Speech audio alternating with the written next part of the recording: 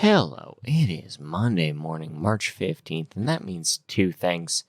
You are more likely to get into a car accident and or have a heart attack this week than any other for no good reason, except that the Kaiser couldn't take a joke Ben Franklin made 250 years ago. Until then, this is the lighting industry news brief brought to you by Keystone and their XFit area lights. These are modern, low profile, come in 3 housing sizes with mounting, optic, and sensor options. They come with energy savings right there. 0 to 10 volt dimming. Drivers are included with an integrated twist lock receptacle for their dusted on photocell. Contractor friendly due to motion sensors with easy field installation. That's KeystoneTech.com or the link in the description if you please. In the news, NEMA has published a brand new standard for replacement lamps, which is good because in 3 municipalities, their streetlights are turning purple. AEL lamps, a division of Acuity, have had complaints from Wichita, Eau Claire, and Tampa. These lamps were all installed between 2017 and 2019.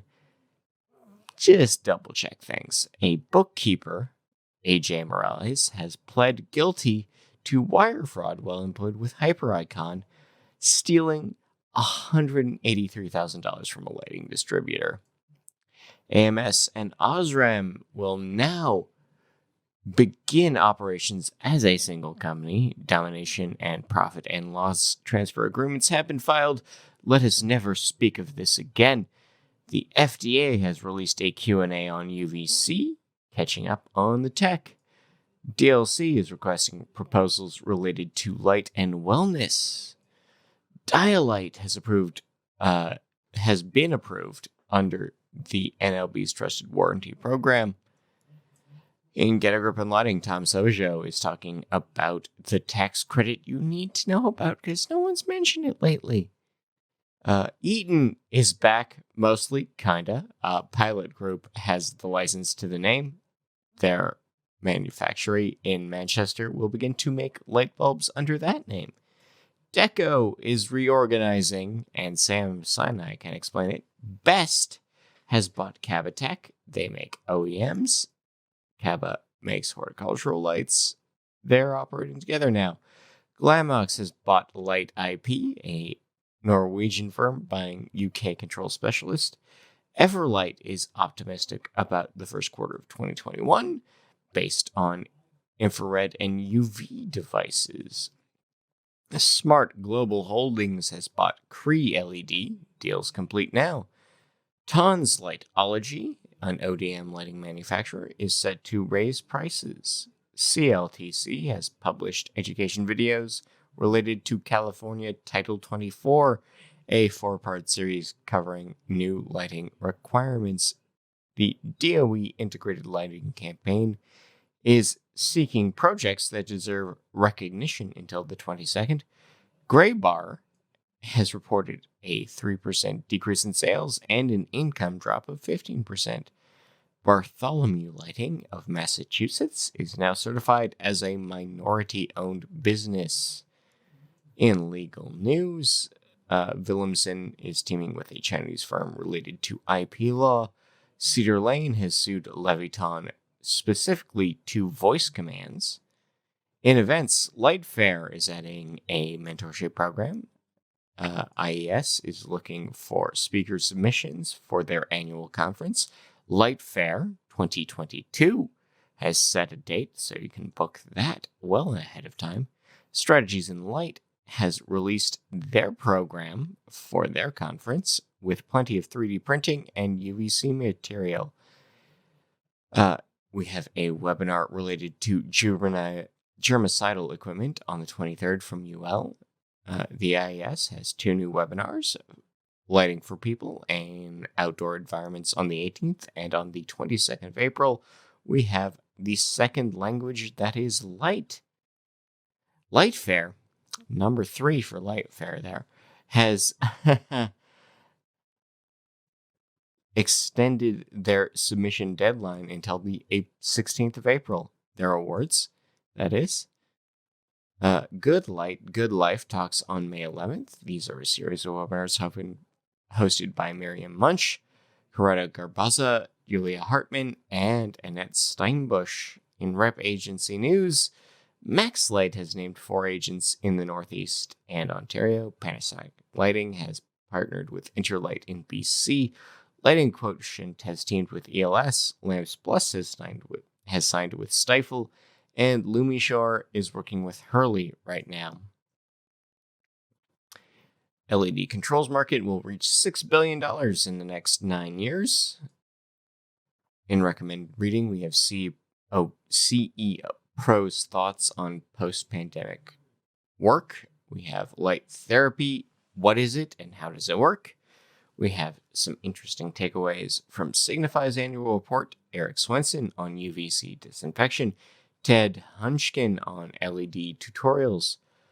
The question of why blue LED won an LO prize when we had green ones has been answered. Jane Slade appeared on Distribute TED. We have a discussion of the fallacy of the silver bullet that is IoT, a case study of Bluetooth mesh in a 22-story building in Minnesota. We have safety protocols related to germicidal UV, and 5 practical ways to judge the quality of transparent LED displays. Again, if you're not getting the text version of this, you can't really read these, but you can sign up in the link below. In IoT news, Bluetooth Mesh from Zycato is going to begin offering personalized controls. Acuity has completed their security audit through the SOC. Toyohashi University has developed a LED that can be used in brain-machine interfaces. These nitride LEDs are part of a neural probe. Therapist Kate Bates asks, do those sunset lamps do anything but make you look good on Instagram? And the answer is not really. In horticultural news, the DLC is looking for input on technical requirements related to growing. The draft of version 2.1 of their requirements is open for comments. Safeway and Vons stores in California are adding more products from vertical farmers. This is another 53 locations will offer indoor grown greens. And Fluence is helping scientists decide whether or not the cannabis grown indoors is all that different from cannabis grown outdoors, and how. In dark sky news, North Fork, New York is celebrating their dark sky status. We have a discussion of the tourism benefits of Utah's dark sky parks. Ann Arbor is asking owners to turn off their lights for migrating birds, whereas Philadelphia has, building owners lined around the block to volunteer for the same. 2 Vermont towns will be getting grants for lighting upgrades. And we have a bit of news related to artificial light at night and thyroid cancer based on a 12-year-old study. In local news, local to the UK, Surrey is going ahead with smart streetlight upgrades, and London is considering an entirely new lighting system for their city. In Project Hacks and Weirdness, we have how to make a LED matrix to play low-res YouTube videos. We can also build your own ring light. If you haven't been able to find one yet for your video conferences, make one now. And you can combine some takeout containers and a mannequin head to make a worm light. If you want to, I can't see a reason to. And in people news, Rosa Din has promoted 2 people. Max Light is realigning their leadership, and Quorum has named Lopez as the president of their operations. Until next week, I have been Scott Wachter. This has been the Lighting Industry News Brief, brought to you by Mailed. Get enlightened, get associated, get educated. We'll see you next time. Enjoy the music, enjoy your week. Good day.